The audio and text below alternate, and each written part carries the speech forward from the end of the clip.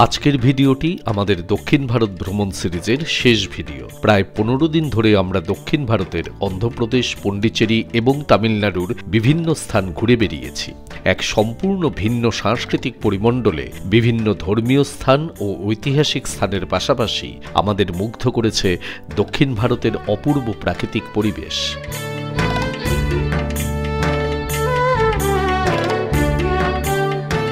তিরুপতি বালাজি দর্শনের জন্য বুকিং আপনি তিনভাবে করতে পারেন। একটা হচ্ছে অনলাইন,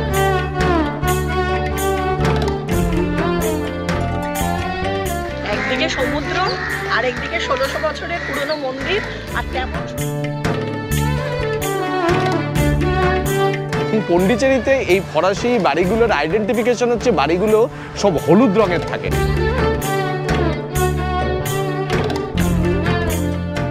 অন্ধ্রপ্রদেশের তিরুপতি বালাজি দর্শন সহ পন্ডিচেরি এবং তামিলনাড়ুর বিভিন্ন দর্শনীয় স্থান এই সিরিজের বিভিন্ন ভিডিওগুলিতে আপনাদের কাছে তুলে ধরেছি। দক্ষিণ ভারতের এই অঞ্চলটি ভ্রমণ সম্পর্কে একটি সামগ্রিক ধারণা পেতে উপরের আই বাটন অথবা নিচের ডেসক্রিপশন বক্সে দেওয়া লিঙ্ক থেকে ধারাবাহিকভাবে এই ভিডিওগুলি দেখার অনুরোধ রইল। আর আজকের ভিডিওতে আপনাদের কাছে তুলে ধরব দক্ষিণ ভারতের মন্দির নগরী মাদুরাই এবং সেখানকার মীনাক্ষী মন্দির সম্পর্কে বিস্তারিত বিবরণ। এখন সময় 4:45। আমরা ট্রেন থেকে নামলাম, এসে পৌঁছলাম দক্ষিণ ভারতের কাশী, দক্ষিণ ভারতের তৃতীয় বৃহত্তম শহর এবং তামিলনাড়ুর সাংস্কৃতিক রাজধানী মাদুরাইতে।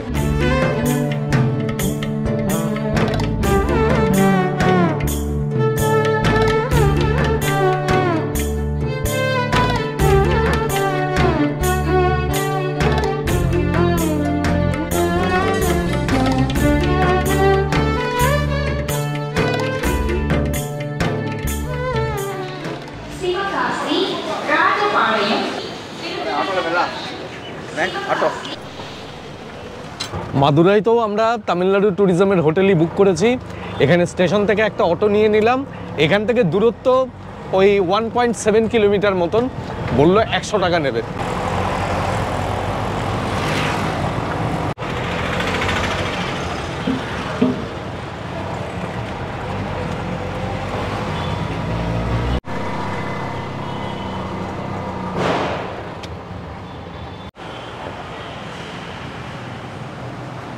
তামিলনাড়ু ট্যুরিজমের মাদুরাইতে দুটো হোটেল আছে, একটা হলো মাদুরাই 1 আর একটা হলো মাদুরাই 2।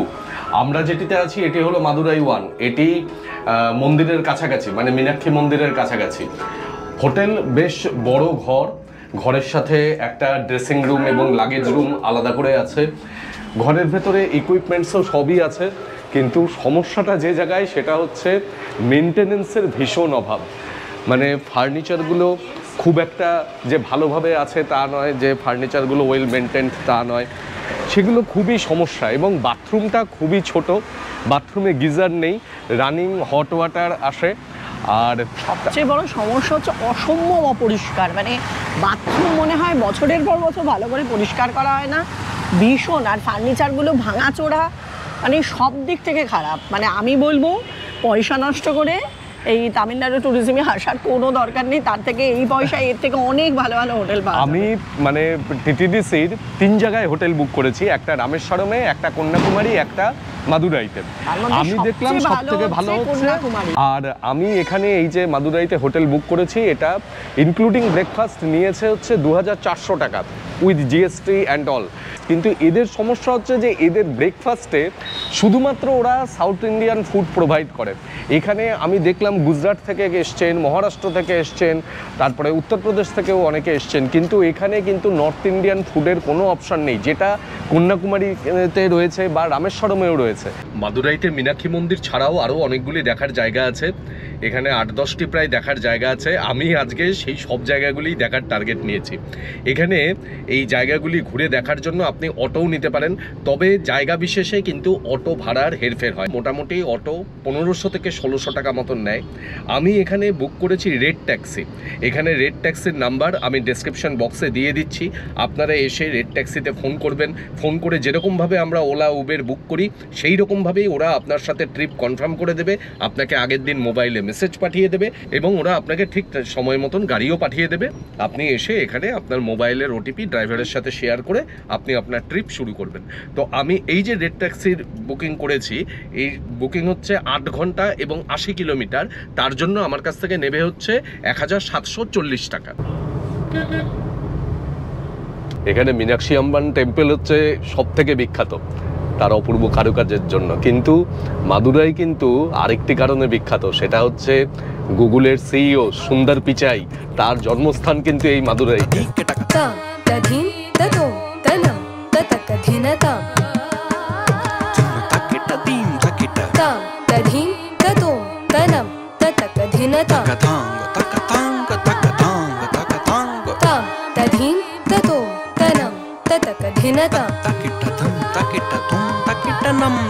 এখন আমরা এসেছি আলিগুড়ু মুরুগান সুব্রমণিয়াম স্বামী টেম্পল বা থিরুকারানকুন্ডারাম মন্দিরে। এই মন্দিরটি হলো প্রকৃতপক্ষে মুরুগান অর্থাৎ কার্তিকেয়ের মন্দির।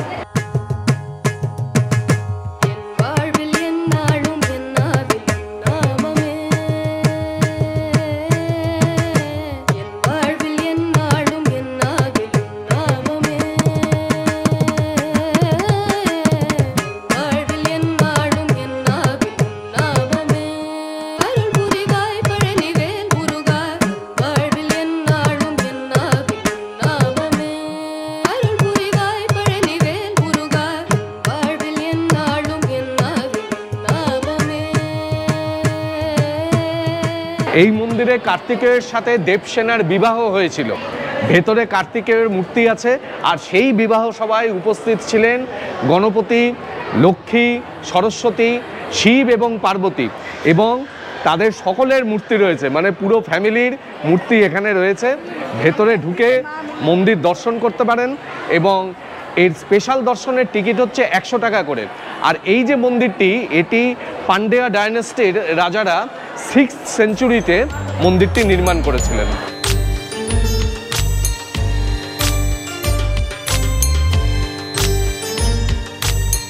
এই নদীটি হলো ভাইগাই নদী। এই নদীর তীরেই মাদুরাই শহর অবস্থিত।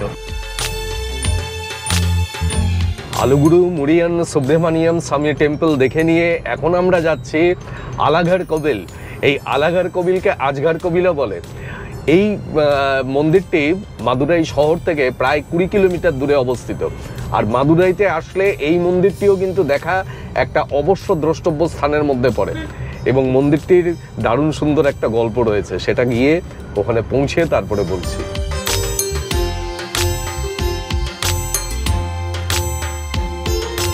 এই মন্দিরটি হচ্ছে আলাঘর পাহাড়ের উপরে। এখানে যাওয়ার জন্য এখানে 50 টাকা দিয়ে টিকিট কাটতে হয়। টিকিট কাটলে আপনি গাড়ি নিয়ে ভেতরে যেতে পারবেন। এই যে রাস্তাটি, এটা দেখে অনেকটা সেই তিরুমালাতে যাওয়ার রাস্তার মতন মনে হচ্ছে, সেই পাহাড়ের উপর দিয়ে রাস্তা। ওক্ষেত্রে ছিল হচ্ছে তিরুমালা পাহাড়, মানে সপ্তগিরি পাহাড়, আর এটা হচ্ছে আলাঘর পাহাড়, এটাও পূর্বঘাট পাহাড়েরই অংশ।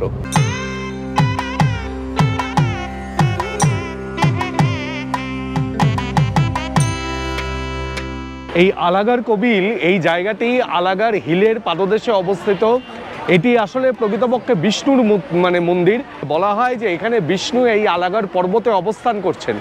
এই যে দেবী মীনাক্ষীর সাথে এখানে যে সুন্দরেশ্বর শিবের বিবাহ হয়েছিল, সেই বিবাহ সভায় বিষ্ণু আমন্ত্রিত ছিলেন, কিন্তু তিনি এসে পৌঁছতে দেরি করেন। তার আগেই এই দেবী মীনাক্ষীর সাথে শিবের বিবাহ হয়ে যায়। তখন বিষ্ণু আর মাদুরাই শহরে পদার্পণ করেন না। মানে মাদুরাই শহর যে ভাইগাই নদীর তীরে অবস্থিত, সেই ভাইগাই নদীর এপারেই তিনি এই আলাঘর পর্বতে অবস্থান করেন। তার পরবর্তীকালে 1251 থেকে 1270 সালের মধ্যে জয়বর্ধন পান্ড্যা, যারা এই পাণ্ড্য রাজবংশ, যাদের কথা এখানকার বিভিন্ন স্থাপত্যের ক্ষেত্রে শোনা যায়, তারা এই মন্দির গঠন করেছিলেন।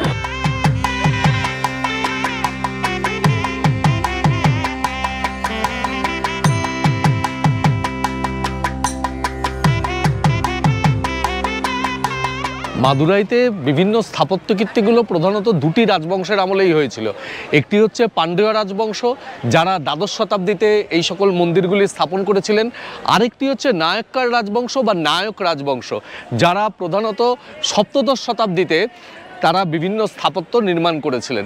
এবং নায়ক্কার রাজবংশের সময় কিন্তু ইংরেজরা ভারতবর্ষে চলে এসছে, কাজেই নায়ক্কার রাজবংশের যে সকল স্থাপত্য শৈলীগুলো তার মধ্যে ইউরোপিয়ান স্থাপত্যের নিদর্শন পাওয়া যায়।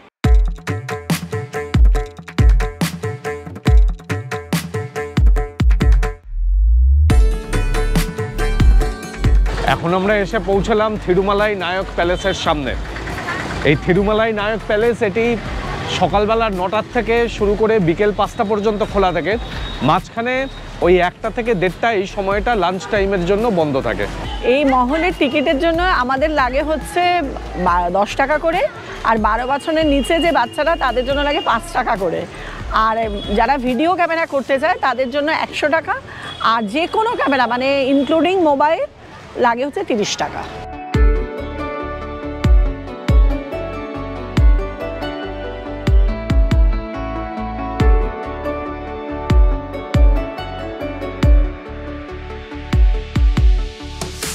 এই মাদুরাইতে 1540 থেকে 1745 খ্রিস্টাব্দ পর্যন্ত রাজত্ব করেছেন নায়ক্কার রাজবংশ বা নায়ক রাজবংশ। আর এই নায়ক রাজবংশের সবথেকে প্রভাবশালী রাজা ছিলেন থিরুমালাই নায়ক।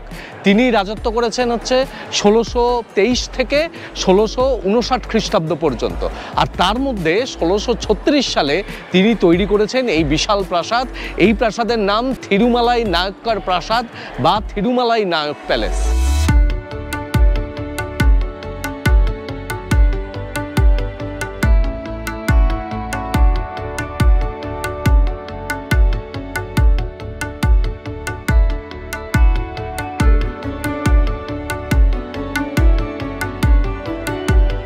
এই প্রাসাদটির স্থাপত্যে প্রধানত ইউরোপিয়ান গথিক আর্কিটেকচারকে প্রাধান্য দেওয়া হয়েছিল।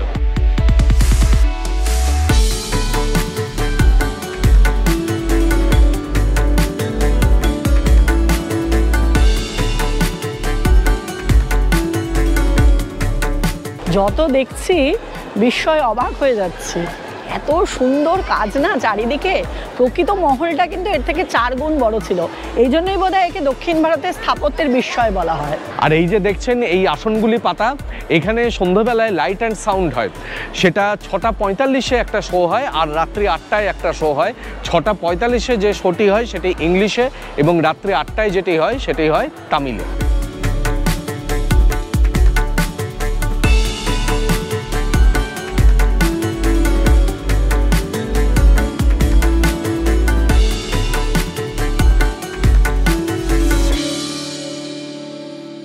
এখন আমরা এসে পৌঁছালাম গান্ধী মিউজিয়ামে, আর তার পাশে আছে গভর্নমেন্ট মিউজিয়াম। এখানে টিকিট আছে ওই 5 টাকা করে টিকিট বড়দের জন্য, আর বাচ্চাদের জন্য 3 টাকা করে টিকিট। আর ফটোগ্রাফি যদি করতে চান তাহলে 20 টাকা করে লাগবে টিকিট। এই মিউজিয়াম খোলা থাকে সকাল 9:30 থেকে বিকেল 5টা পর্যন্ত। আর এই মিউজিয়ামে আপনারা দেখতে পাবেন চোল আর পল্লব ডাইনেস্টির বিভিন্ন ভাস্কর্য। এই মিউজিয়ামের পাশেই রয়েছে গান্ধী মিউজিয়াম। এই গান্ধী মিউজিয়াম রোজই খোলা থাকে সকাল 9:30 থেকে বিকেল 5টা পর্যন্ত। কিন্তু মুশকিল হচ্ছে আজকে মিউজিয়ামটি বন্ধ, আমরা ঢুকতে পারলাম না, কারণ আজকে সরকারি ছুটির দিন, আজকে দেওয়ালির পরের দিন, যার জন্য আমরা মিউজিয়ামটিতে ঢুকতে পারলাম না। ভারতবর্ষে যে 5টি গান্ধী মিউজিয়াম রয়েছে তার মধ্যে এই মিউজিয়ামটি অন্যতম। এই মিউজিয়ামে গান্ধীজির ব্যবহৃত বিভিন্ন জিনিসপত্র রয়েছে। শুধু তাই নয়, এই মিউজিয়ামের গুরুত্ব হলো যে গান্ধীজি তার মৃত্যুর সময় যে শেষ বস্ত্রটি পরেছিলেন, মানে তাকে যখন গুলি করা হয় সেই সময় তার যে শেষ বস্ত্রটি, সেই রক্তমাখা বস্ত্রটি এইখানে রয়েছে। এখন আমরা এসে পৌঁছেছি ভিনায়দুর মারিয়াম্মান থেপ্পাকুলাম টেম্পেলে। এই থেপ্পাকুলাম মানে হচ্ছে দিঘির মধ্যে টেম্পল। এই যে আমরা দাঁড়িয়ে আছি, এই যে দিঘিটির পাশে, এই দিঘির মাঝখানে ওইখানটাতে দেখুন মন্দিরটি, ওই যে মন্দিরটি, ওই মন্দিরটিতে কিন্তু সারা বছর পুজো হয় না। সারা বছর পুজো হয় এই দিঘির পাশে রাস্তার ওপারে এই যে মন্দিরটি, এই মন্দিরটিতে সারা বছর পুজো হয়। আর এই যে দিঘির মধ্যে যে মন্দিরটি আছে সেখানে একটা বিরাট ফেস্টিভ্যাল হয় জানুয়ারি মাসের 14-15 তারিখে পূর্ণিমার দিন। সেই ফেস্টিভ্যালটার নাম হচ্ছে ফ্লোট ফেস্টিভ্যাল। আর সেই সময় এখানে মন্দিরে পুজো হয়। হ্যাঁ, মন্দিরে পুজো হয়। এখন তো মন্দিরে যাওয়া যাবে না, কিন্তু সকালবেলা এখানে বোটিং হয়। আর জায়গাটা খুব সুন্দর। হ্যাঁ, জায়গাটা খুব সুন্দর। এখানটাতে বিকেল বেলাতে আসলেই ভালো লাগে, দিনের বেলাতে অন্য সময় আসলে প্রচুর রোদ, ভালো লাগবে না, কিন্তু বিকেল বেলায় এই জায়গাটা খুব ভালো লাগে। চারপাশে অনেক দোকানপাটও আছে, বেশ ভালো সময় কাটবে। এখন বাজে বিকেল 5টা। আমি সকাল 10টায় আমার ট্রিপ শুরু করেছিলাম। এই 5টার সময় সব জায়গা ঘুরে টুরে আমি মীনাক্ষী টেম্পলের সামনে এসে তারপরে এই গাড়ি ছেড়ে দিলাম। এই যে গাড়ি, ওকে বললাম যে এইখানেই আমাকে ড্রপ করে দিতে। আর এই মীনাক্ষী টেম্পলের চারপাশ দিয়ে যে রাস্তাগুলি রয়েছে, এখানে প্রচুর দোকান রয়েছে। আর এইদিকে তো প্রচুর জুয়েলারির দোকান। তুমি কিনবে? দেখবো পরে একবার। শাড়ির দোকানগুলো দেখছি সব বন্ধ। আসলে দীপাবলির জন্য না সব বন্ধ হয়ে আছে দোকানপাটগুলো। জুয়েলারির দোকান খোলা? না, সেটা তো ধানতেরাসে বলে খোলা ছিল। আচ্ছা, এখানে কি ধরনের জুয়েলারি পাওয়া যায়? এগুলো বলছে গোল্ড প্লেটেড জুয়েলারি। আমার কোনো ধারণা নেই, ঠকবো কিনা তাও জানি না, ওই জন্য একটু ভয় ভয় লাগছে। ওই আর কি সিটি গোল্ড টাইপের। এখানে মীনাক্ষী মন্দিরকে বেষ্টন করে চারিদিকে পুরো গোল করে রাস্তা রয়েছে।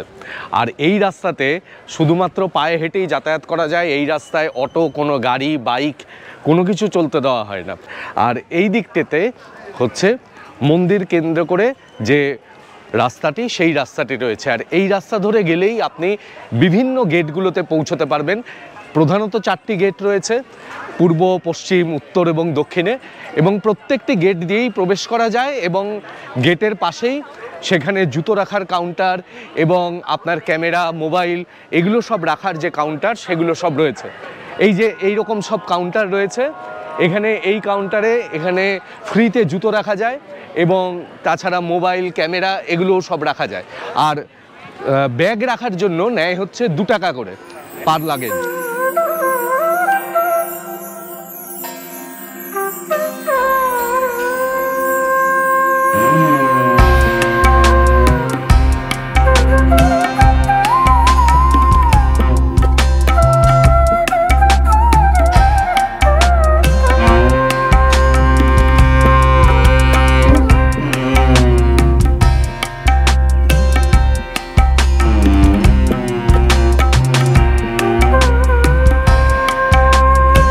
আমি এখন রয়েছি মাদুরাইয়ের সবথেকে বিখ্যাত দর্শনীয় স্থান মাদুরাইয়ের মীনাক্ষী আম্মান টেম্পলের সামনে।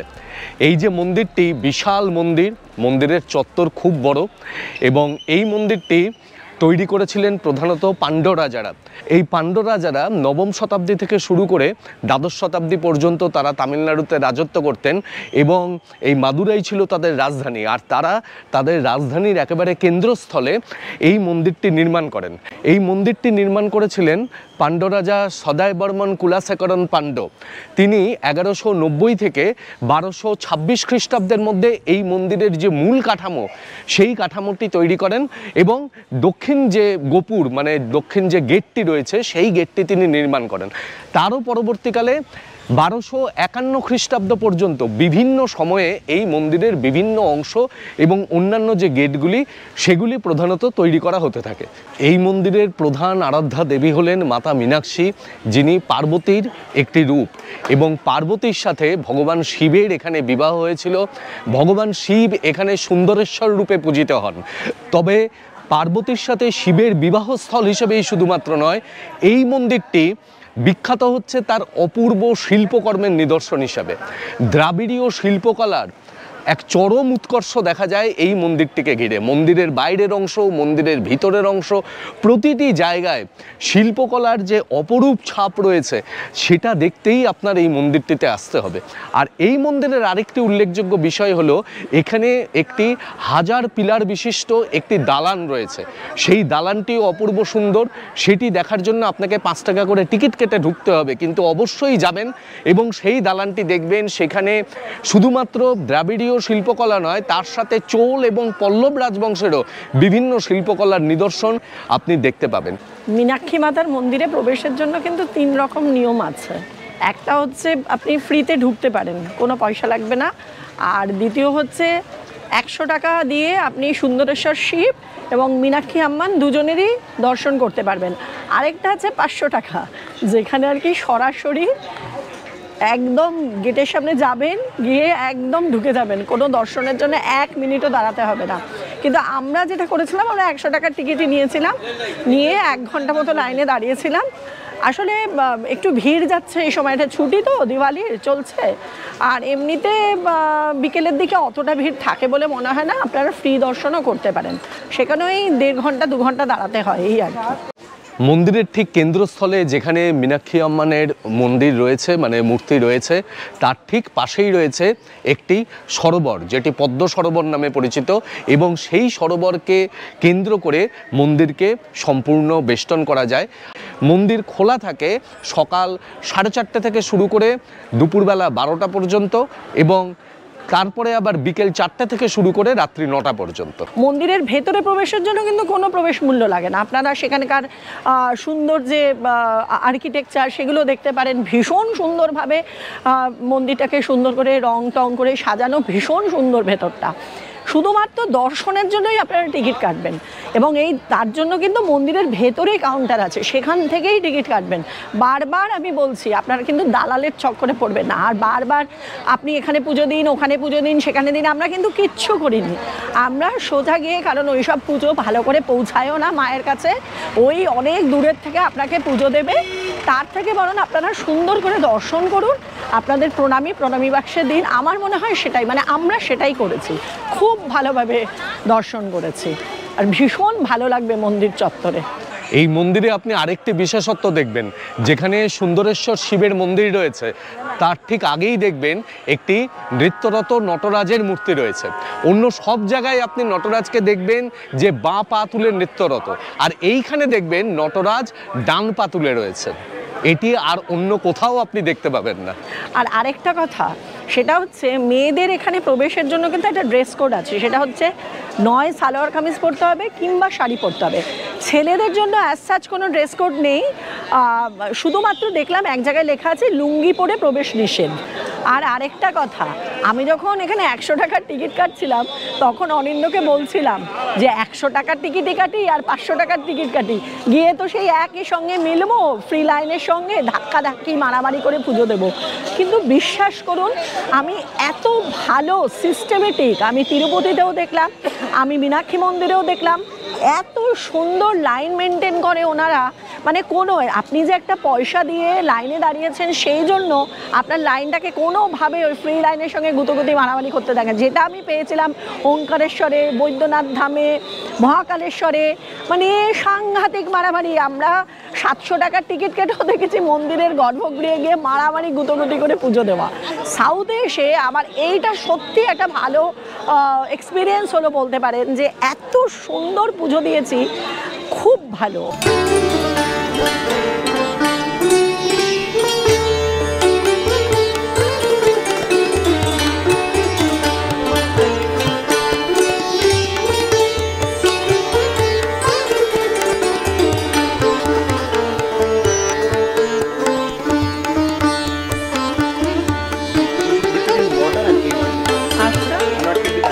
এখানে কিন্তু মন্দিরের চারপাশে প্রচুর সুন্দর সুন্দর জুয়েলারি শপ আছে, গোল্ড প্লেটিং জুয়েলারি শপ, এমনি গোল্ডেরও আছে।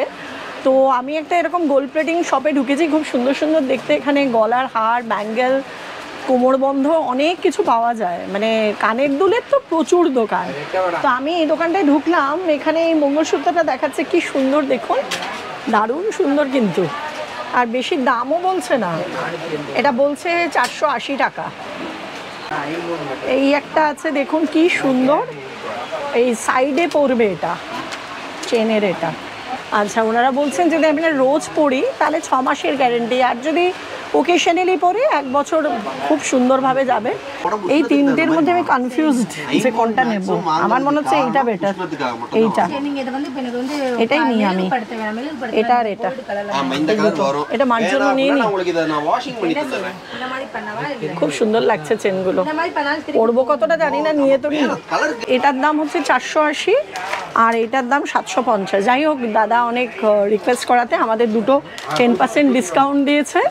এই দোকানটা হচ্ছে সাউথ গেট দিয়ে বেরিয়ে উল্টো দিকে একটা রাস্তা আছে, দেখবেন অনেকগুলো পরপর দোকান আছে। এই দোকানটা বোধহয় প্রথম দিকেই না, একদম দোকানটা। What is the name of your shop? Nandini gold covering. Nandini gold covering দোকানটার নাম মনে রাখবেন। দাদা বলছেন তো গ্যারেন্টি আছে 1 বছরের, জানি না কতদিন থাকবে রং। নিয়ে নিলাম, আপনারাও আসবেন এই দোকানে, খুব সুন্দর সুন্দর জিনিস আছে। ওকে, থ্যাংক ইউ। এই মাদুরাইয়ের একটা দারুণ স্পেশাল খাবার হচ্ছে কিন্তু জিগার ঠান্ডা। এই জিগার ঠান্ডা জিনিসটা তৈরি করে হচ্ছে আমন্ড দিয়ে, আর তার সাথে আইসক্রিম থাকে, দুধ থাকে, আর থাকে হচ্ছে সুগার সিরাপ। এই দিয়ে এই প্রিপারেশনটা হয়। এই যে জিনিসটা এইখানে এই আইসক্রিমের এই বলটা এর ভেতরে ডোবানো থাকে। এই শুনেছি যে মাদুরাইয়ের একেবারে ফেমাস খাবার এটা, নাকি এখানে আসলে খেতেই হবে।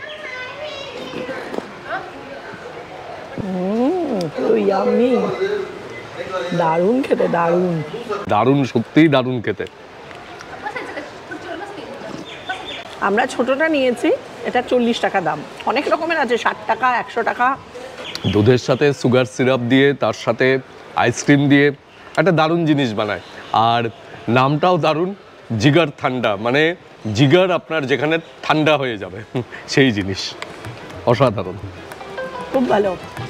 আপনারা আসলে অবশ্যই ট্রাই করবেন এটা, জিগার ঠান্ডা।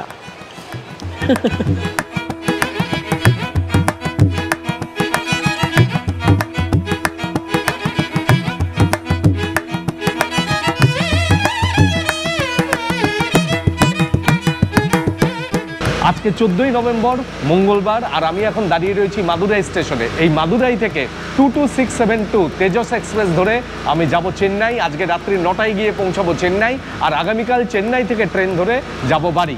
আর আমাদের এই সম্পূর্ণ তামিলনাড়ু ভ্রমণের সিরিজটি আপনাদের কেমন লাগলো অবশ্যই কমেন্ট বক্সে কমেন্ট করে জানাবেন।